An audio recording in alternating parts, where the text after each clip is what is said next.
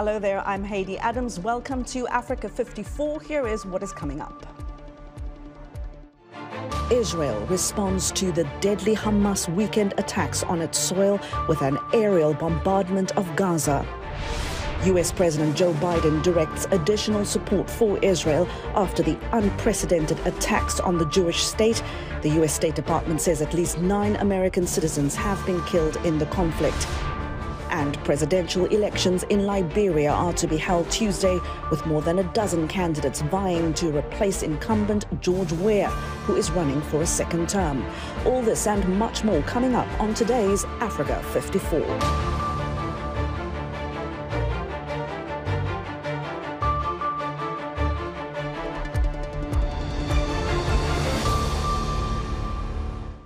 And we begin in the Middle East, where Israel has declared war on Hamas and has promised to track down Hamas fighters and to punish the Gaza Strip following an unprecedented surprise weekend attack. The Hamas incursion into Israel has killed more than 700 people in the Jewish state, including at least 260 at a crowded music festival. Israel's military has now stepped up its bombardment of Gaza, where almost 500 people have reportedly died since Saturday's attack. Israeli Defense Minister Yoav Gallant says he has ordered a, quote, complete siege on Gaza, cutting off electricity to the enclave and blocking the passage of food and fuel. The Israeli military says it has regained control of border communities taken by Hamas. Israel has called up around 300,000 reservists. As of Monday, the Israeli military says it has hit more than 1,000 targets in Gaza. Israeli Rear Admiral Daniel Hagari says airstrikes have leveled much of the town of Beit Hanun in the enclave's northeast corner. He says Hamas had been using that town as a staging ground for attacks. Well, Russian Foreign Minister Sergei Lavrov and Arab League Secretary General Ahmed Abul Gheit met on Monday in Moscow, but did not announce any immediate steps in response to the violence in Israel and Gaza. Meanwhile, major U.S. airlines have suspended flights to Israel. Governments and airlines in Europe are conducting emergency and regular flights from Israel to bring back European citizens who were in Israel when Hamas fighters attacked. Linda Gradstein is in Jerusalem, and she has more for us on the fighting. Many are describing Hamas's surprise incursion as Israel's 9/11. The death toll jumped dramatically as hundreds of young people who were at a party in a forest near Gaza apparently were killed. The Israeli army said more than 100 Israelis were kidnapped and taken to Gaza. Among them, the elderly, women and children, including 85-year-old Yafa Adar. Her granddaughter Adva told journalists what happened. We started to look for her, and we found videos in Facebook that the Hamas posted that show clearly how they're taking her. She's 85 years old, ill, taking her to Gaza, like 4 men with guns, and her. I cannot even start to imagine how scared and how uncomfortable she was. Again, she's 85. She's sick. She has no medicine with her. Hamas declared victory and cited military achievements against Israel. He says Hamas is fighting heroically and piling up the dead and injured on several fronts. The Al-Qassam brigades, the military wing of Hamas, said on the Telegram messaging app that Hamas fired more rockets at Tel Aviv Saturday night through dawn Sunday in retaliation for Israel bombing a residential tower in Gaza City. Al-Qassam brigade said they're providing fortifications, mortar shells and rockets to support militant forces operating in the field. Israel continued to bombard Gaza with airstrikes that have killed hundreds of Palestinians.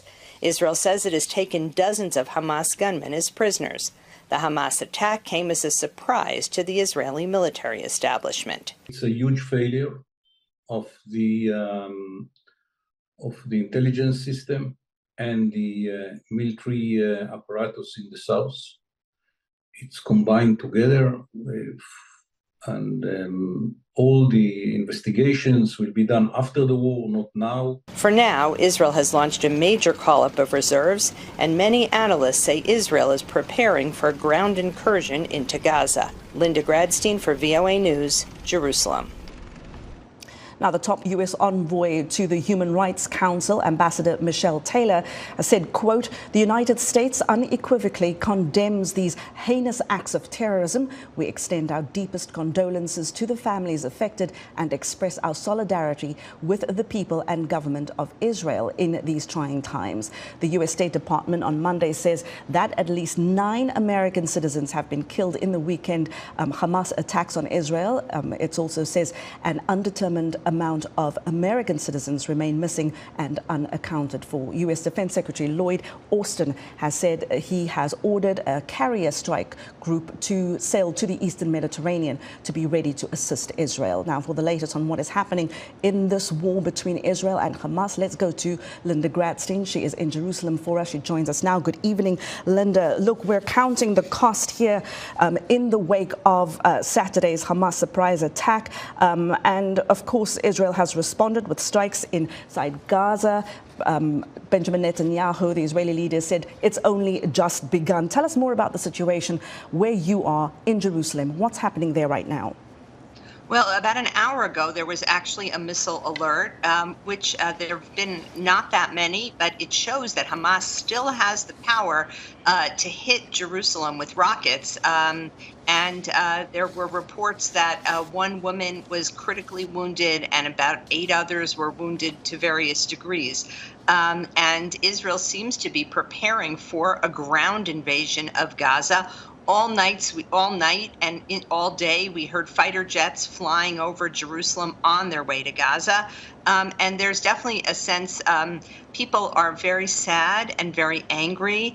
The killing of 260 young people at this music festival has somehow really kind of touched everybody. Israel's a very small country, and everybody knows somebody who was there. I actually have friends whose son was there, and he's an American citizen as well from California, and he is, as well as an Israeli, and he is either dead or has been captured to Gaza. And even personally, I just can't stop thinking about this young 23-year-old boy who had his whole future in front of him and now was cut off. So I think there's a tremendous amount of sadness in Israel, tremendous amount of anger.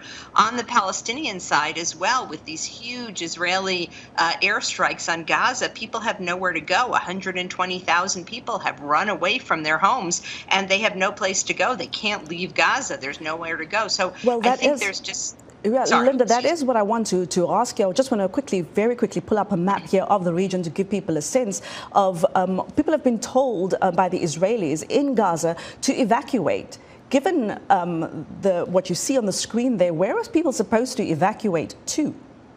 Well, that's a good question. I mean, the UN has opened its schools and places like that and has said that people can leave their houses and can go to schools and other things. Israel says that Hamas uses civilian buildings to hide its infrastructure. So they certainly can't leave Gaza. Israel also has evacuated all of those communities in the south and has taken people further north. Well, Linda Gradstein, thank you so much for your good reporting. Linda joins us live there from Jerusalem in Israel. Well, U.S. President Joe Biden has directed additional support for Israel following Saturday's attack. VOA's Veronica Balderas Iglesias has more on the efforts to de-escalate tensions in the region. As its cabinet confirmed a declaration of war, Israel continued pounding targets in Gaza on Sunday in retaliation for a surprise incursion on its territory a day earlier by the militant group Hamas. The U.S. Embassy in Israel warned American citizens that the situation continues to be unpredictable. But Washington continues its efforts to de-escalate it, said Secretary of State Antony Blinken during an appearance on ABC's This Week show. I was on the phone with the Israeli president, the foreign minister. The entire government has been engaged throughout the region and well beyond, both to build support for Israel and to make sure that every country was using whatever means it has, whatever influence it has, to pull Hamas back, and also to make sure that we don't see conflict erupt in other areas. Already, more than 20,000 people have sought shelter in schools run by the UN Agency for Palestinian Refugees.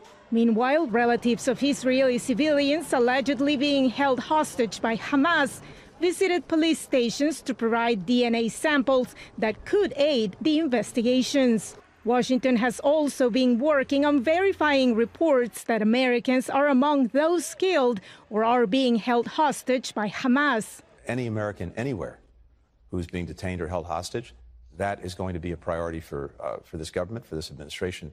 Details on how the surprise attack on Israel was conducted are still slow in coming. But Republican presidential candidate and former UN ambassador Nikki Haley said the U.S. can't afford not to pay close attention, even in the middle of its own political challenges. America needs to wake up. We need to put this negativity and division behind us, and we need to focus on national security for ourselves and for our friends. Republican Representative Matt Gaetz, who recently succeeded at ousting House Speaker Kevin McCarthy, appeared on NBC's Meet the Press. He expressed optimism that the subsequent congressional political vacuum that some worry could delay aid packages for Israel will be filled in the near future. I think we're actually going to come together quite soon. I think we've got two great choices. For its part, the White House announced that President Joe Biden has directed additional support for Israel and will remain in close contact with the Israeli government. Veronica Valderas Iglesias, VOA News, Washington. Well, at the same time, people worldwide are reacting with large-scale rallies. Aaron Rannan reports for us from New York. Two separate protests engulfed the streets of New York City on Sunday afternoon. In the first, hundreds of pro-Palestinian demonstrators assembled in Times Square to express their support for the Hamas attack on Israel that has claimed hundreds of lives. The attack, they argue, was justified. I think anything that we see has to be viewed in its historical context, right? It has to be viewed in the context of 75 years of ongoing Israeli ethnic cleansing, displacement, and violence against Palestinians. Free Palestine! Free Palestine! Free Palestine! To blame them for reacting is absolutely horrific. I'm not pro-violence for anyone, but this is horrific. And I want people to understand Palestinians are people, and they deserve to be free. On the other side of the city, in front of the United Nations headquarters, hundreds of demonstrators gathered to demonstrate solidarity with the people of Israel. The point to be here is to support the Israeli government against the crimes of the Hamas regime and to support the Israeli people, my people. I'm here, I'm crying with them. Soon or later, we will hunt them, each and every one of them. Many expressed incomprehension of the Hamas militants' raid. They're kidnapping small children and babies right out of their beds in their homes, and they're using them as pawns to try to free terrorists. This is insane. Against the backdrop of street protests, Mayor Eric Adams of New York City affirmed his steadfast support for Israel on Twitter. In a moment when innocent people are being slaughtered and children kidnapped in Israel, it is disgusting that this group of extremists would show support for terrorism. I reject this. Do not use our streets to spread your hate. As the conflict is still in its initial stages, demonstrations like the ones in New York City Sunday will likely continue. Aaron Rannan, VOA News, New York City. Well, now to help us understand what we're seeing in the Middle East and what the potential international fallout could be, I'm joined by Gaith Al-Omari. He's a senior fellow with the Washington Institute for Near East Policy. He joins me via Skype from Washington. Gaith, thank you very much for being with us. These seem to be really dangerous times with what we're seeing in Israel, the weekend attacks, and now Israel saying that it's also going after what it calls infiltrators from neighboring Lebanon. Is this likely to spread, not just in the region, but internationally? First of all, thank you, Haley, for having me. Yes, the potential is very much there. We've long been hearing about the possibility of what they call a multi-front attack. We know that Iran, through its different assets in the region, wants to flame up, to raise the flames. So yes, the possibility of this spreading out in the region is very real. I know the U.S. administration is aware of this. This explains sending the carrier strike force into the region. Yes, the potential is there, and many regional countries are worried about what's going to come next. Gaith, there's obviously also bound to be major international diplomatic fallout, of course, as we saw from Russia's war in Ukraine. Now, the U.S. has pledged support for Israel to defend its territory. Will countries again be forced to choose sides, as they had felt they were forced to choose sides in the war between Russia and Ukraine? First of all, there is no doubt that Russia will try to play this in order to break the international coalition against its aggression in Ukraine. They're already doing this. They have a history of doing this. So far, we have seen really, by and large, international support for Israel. This is understandable, given the fact that Hamas started this round unprovoked whatsoever. Doesn't mean that Israel will be absolved of its duty to protect civilians in the days to come. Yet I think there is moral clarity today, and this is providing support for Israel. Interestingly, even some Arab countries. I was just reading a statement from the United Arab Emirates, from Bahrain, blaming Hamas. Much will depend on what will happen in coming days. If Israel conducts the war in a way that minimizes civilian casualties, I believe it will continue having international support. If, however, they use unreasonable force, then the shift will change. In the meantime, yes, Russia will try to break the consensus. China will also try to break the consensus. This is going to be a test for you. All right. Well, Gaith, thank you so very much for joining us. We seem to have lost you there anyway, but thank you so very much for joining us. That was Gaith Al-Omari from the Washington Institute for Near East Policy. Well, the United Nations Secretary General Antonio Guterres spoke moments ago on the situation in the Middle East. For more on that, let's go to VOA UN correspondent Margaret Bashir. She is at the United Nations headquarters and joins us now. Margaret, thank you so much for joining us. We believe the UN Secretary General Antonio Guterres has spoken. What has he said? What do you know? Yes, he just came before the cameras. He told reporters that he just wrapped up what he called an extraordinary meeting of senior UN leaders on the developments in the Middle East, unprecedented developments, he called them. He said he recognizes the legitimate grievances of the Palestinian people, but that nothing justifies the terror acts that have been carried out against Israelis, including the abductions and killing of hundreds of civilians. As to the Palestinian casualties, he said they number over 500 now. He recognizes Israel's legitimate right to security, but he reminded them that the military operations must be conducted in accordance with international humanitarian law. He also expressed what he said is his deep distress about Israel's announcement today that it's going to completely put a siege on the Gaza Strip, not allowing any food, fuel, or electricity into the Strip, which, you know, is home to more than 2 million people. He said the humanitarian situation there has been dire, you know, for many years already, and this will only further deteriorate the situation.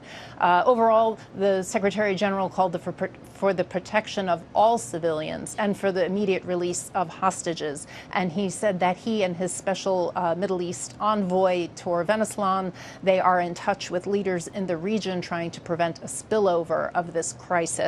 And he said today's violence did not happen in a vacuum, and that the only way to see peace in this region is to find a negotiated two-state solution. Well, Margaret Bashir, thank you so very much for joining us. That was VOA's UN correspondent, Margaret Bashir, reporting there for us from the UN in New York.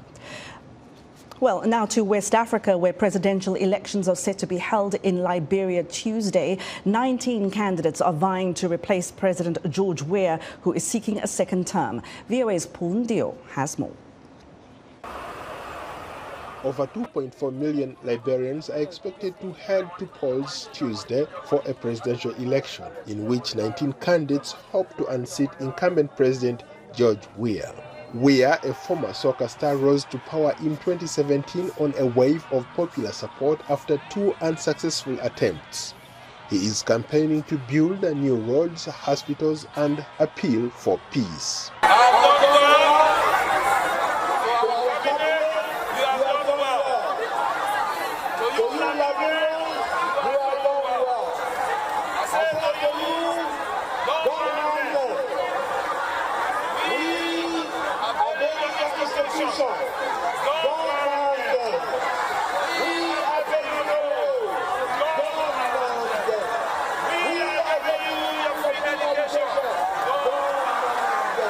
Weah's victory in 2017 sparked high hopes of change in one of the world's least developed countries that is still recovering civil war and disease. I think President Weah is the best candidate right now to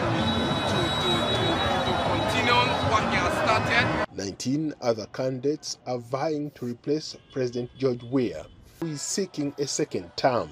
And some voters say they are disappointed by his failure to improve living standards or tackle corruption and a growing narcotics problem among the youth. I'm proud to celebrate with my old man, and I know the old man made a team.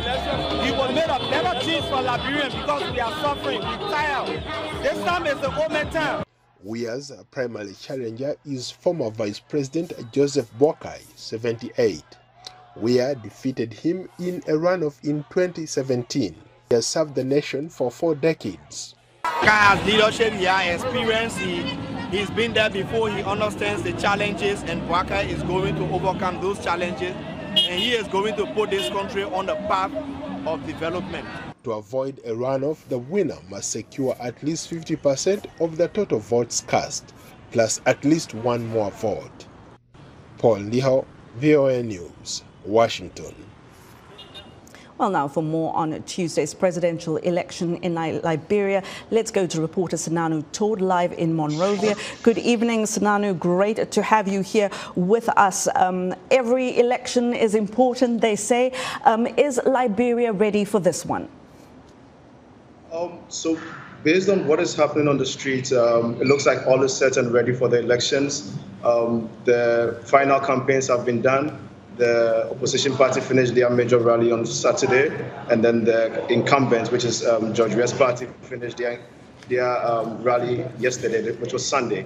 And today we had all the every single poster or campaign material that was on the streets were being ripped off and taken away because there's an end to campaigning, and literally it's now time for the votes. The Electoral Commission spoke to us this morning, and she said that they are ready. They've deployed everybody to every site, and they are ready to start the elections. The security, the major concern has been security, but then the Liberian National Police also said they have been able to deploy everyone of their human resource to every single site, and they are ready for the election. So as far as security-wise and then logistics-wise, all is set for elections tomorrow.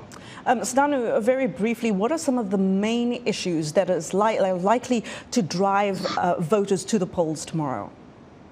So the main issues, based on the campaigning messages, has been the fact that they are going through some economic challenges following the 2020 COVID-19 and everything in between.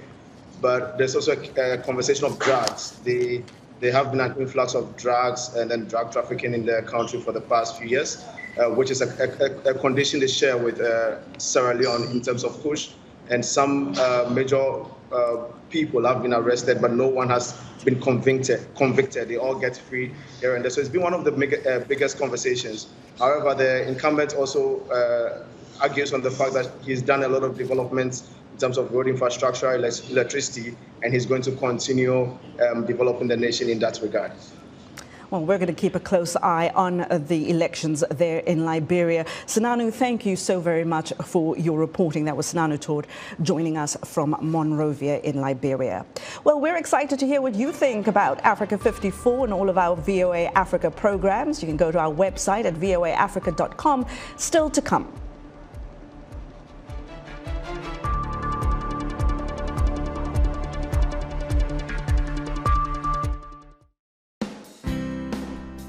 Health, wellness, sport, beauty, medical breakthroughs. Healthy Living cares about your well-being. What are the main health concerns in Africa and around the world? Find out the latest on coronavirus. Connect with our experts and ask them questions. How long does the virus stay? Join me, Linoch Mudu, in Washington every week on Healthy Living, right here on VOA.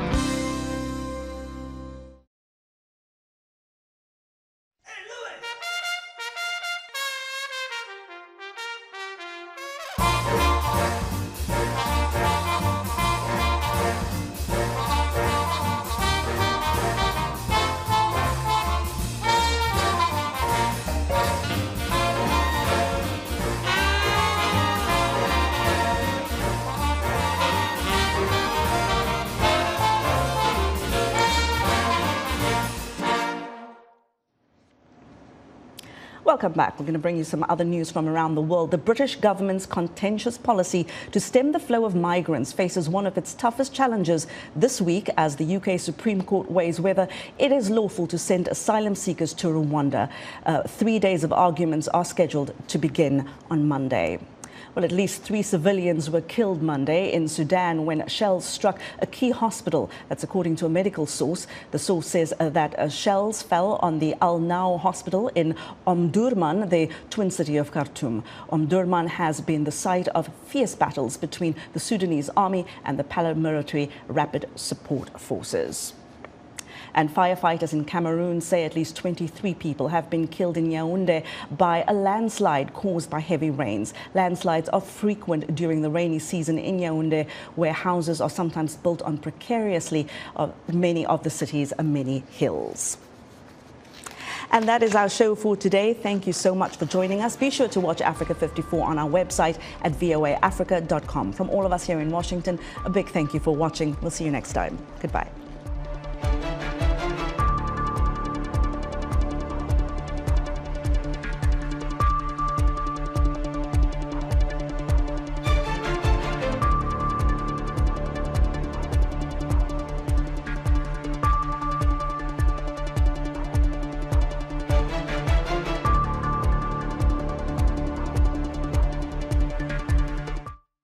You're watching VOA's Red Carpet. My name is Jackson Vunganyi. Thank you so much for joining us each week right here on Red Carpet. We bring you the latest in